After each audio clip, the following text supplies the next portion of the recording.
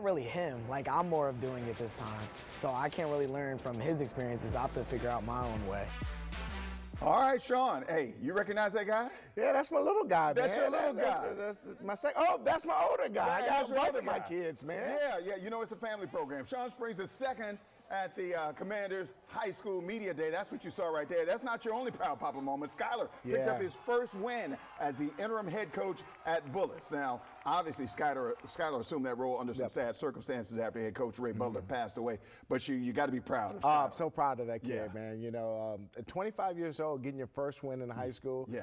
Unfortunate circumstance with Coach Butler passing away, but Skyler stepped in. He did a great job. That kid has a bright future in football. Right. He knows a little bit. I think DNA. It's a little bit. Yeah. Right? His last name is Springs.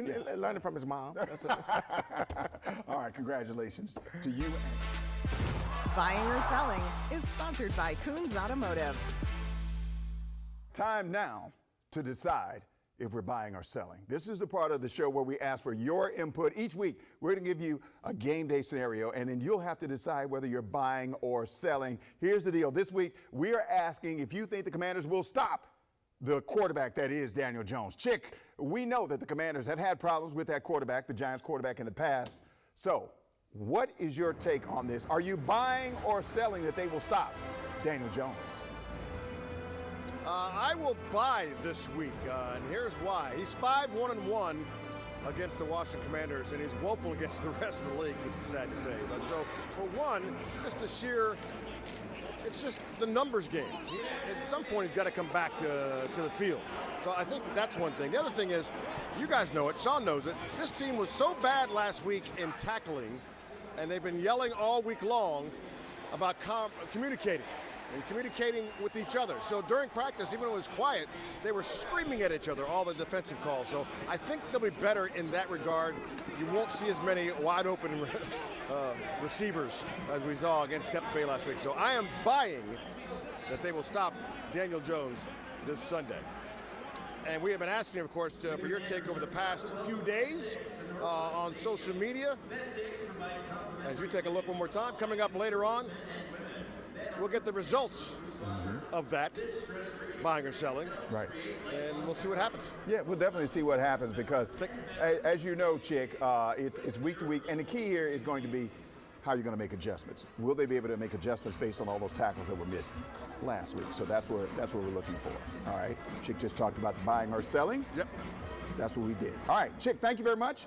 Stick and stay right there because coming up, Chick's going to introduce us to one of the Commanders' team captains for today's game. They're going to chat all about everything from football to becoming a new dad in today's player profile. We'll be right back.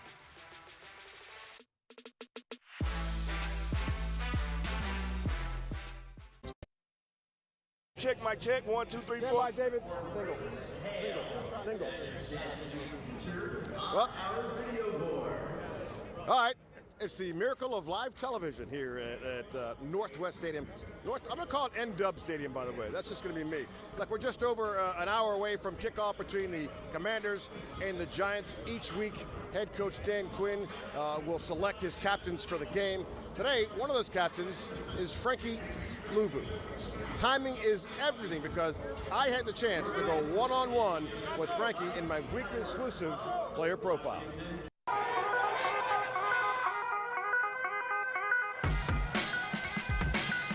All right, Frankie Louvu.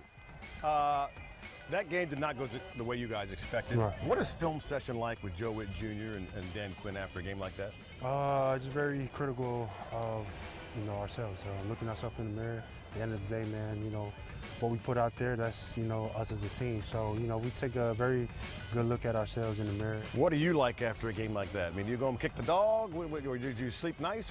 How do you react to it? Man, I just trying to, be where my feet is at. When I'm at work, be intentional with everything I do. And then when I'm at home, man, just be around family, kind of like kick my feet up, be with my dogs. And, yeah, my baby, I had a baby on the way. So, yeah, I got my son at home. Tank, that's his name. Tank? Yeah. Okay. So, I'm glad to go back home, and that's a win for me every time. Absolutely. Fatherhood change you?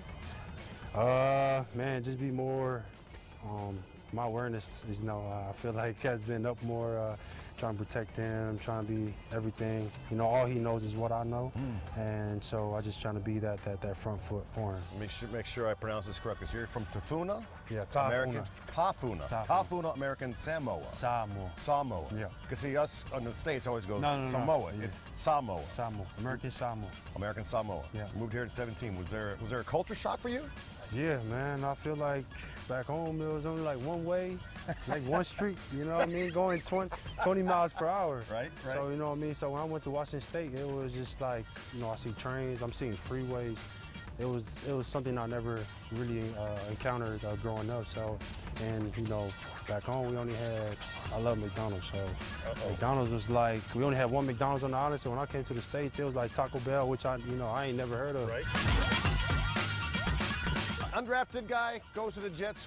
And you were bouncing back and forth with the practice squad and whatnot. What kept you going? My family, man. Just the youngest out of 8. Yeah. You know, my mom has been a backbone of my family, so there was no other option but to put it on my shoulders and carry from there. And you know, just always been counted out. And you know, God always pulled through and everything. With him, I could do everything. Without him, I couldn't. You know, I won't be here today. So. Man, just hard work. You know, there's no shortcut around it. What you put in is what you're gonna get out. That's Frankie Louvu, one of 8 kids, and now from the mouth of the South, former cornerback of the Washington franchise, Fred Smoot. You saw last week. I did. You tackled. Thank you for giving me my props. You did. You put your head in there. Yeah. It didn't happen so much last week. They are yelling at each other in practice this week. Is that how you get the communication fixed? Yeah, that's how you got to do it. Like, at the end of the day, tackling is one thing. Tackling is mentality. And they didn't have that mentality because guess what? They didn't play in the preseason. Right. And there was a lot of teams. We've seen a lot of bad tackling in week 1. But communication is a whole different thing. Right. And I want to chalk that up to time. The coach has only been here for 6 months. Okay. All right, so what they're trying to get them to communicate, they only had 4 or 5 months to do that. So I'm not going to kill them on that first dress rehearsal on them not communicating clearly because that takes time. Actually, it takes you have to get out there and troubleshoot. That's why me and Sean Springs were so good at it. Right. We troubleshooted in that practice. So when we got in the game, we could non-verbally talk. Right. And I think that's what level they have to get on. Yeah, they can't non-verbally hear because it's going to be loud today. And as you said, there's a bunch of young fellas in that secondary as well. Yeah. And Joe Witt Jr. said, and that's on me. We didn't communicate because I didn't make it known. Yeah, and that's what I love. I love when the coordinators say, you know what, that's on me. That's something Greg Williams used to do. All right, hey, Greg would tell you, jump this route. If they run a double move, that's on me. I make sure the media knows. And when your defensive coach got your back like that, you trust him more. And that's what they have to build. They have to build a level of trust. And us as the fan base, we have to understand, I can't stress this enough, Chick, patience. Patience. This coaching staff, this ownership, nobody has been a part of the last 25 years, but us. Now, what we need to understand is we're on 2 different clocks. We want it now. We're in a microwave society that want it now. Well, guess what? This slow cook, this grandmama. You really should settle down. Fred Smoot, thanks for your time, brother. Appreciate Anytime, you. Chick. All right, that's Fred Smoot, mouth of the South. Coming right back here. Coming up, look, you the people have spoken. You've heard my take, and now we'll share if you think the Commanders can stop Daniel Jones tonight in the buy or sell. Coming up. Yes, they can. All right, we want to get back to buying or selling because it was our poll question, and that's what we want to do right now. So let's talk about this. Will the Commanders shut down quarterback Daniel Jones? We ask you to weigh in by texting us buying or selling to 202-895-5599, and 70% of you say you are buying. You think the Commanders will shut down Daniel Jones today. Today is not going to be his day, according to our poll. Now, stay tuned throughout the week on WUSA 9 for our next buying or selling question. And coming up next on WUSA 9 Plus is Commanders Weekly, where we highlight the work that the team is doing to make a positive impact in the community. And right now, it is time for our final thoughts ahead of the Commanders home opener. Before we send it back out to Chick at Northwest Stadium, Sean, we want to start with you. What are your final thoughts on the game? What do you think is very important for this team to win today? Fans come out, be loud in the stadium. Right. Daniel Jones, your winning streak against the Commanders is over. Right. You know, Right. Last week it was about the introduction of this new franchise and organization. Right. We win today, home opener. Jaden gets his first home victory. Yeah, I agree with you because no more me and Mr. Jones, Mr. Jones, Mr. Jones. None of that. None of that. We're turning them upside down today, and the Commanders are going to take care of this because they, the Giants don't have a great offense. You got a future, man. Yeah, I got a future as a singer. Singer in the shower, maybe. Yeah, but the Giants, they don't have enough offense, so hopefully our defense can shut them down. All right, we want to get back out to Chick right now. Chick, you're out and Sean was laughing when you talked about how smooth tackle. Yeah. Oh, come on, Chick, really? Hey, he came on the show. I had to be very kind to him. As simple as that.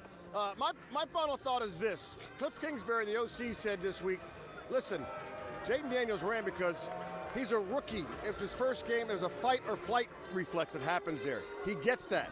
As time goes on, he'll make smarter decisions using the legs and the arms. I think you'll see that today as well from Jaden Daniels and the Burgundy.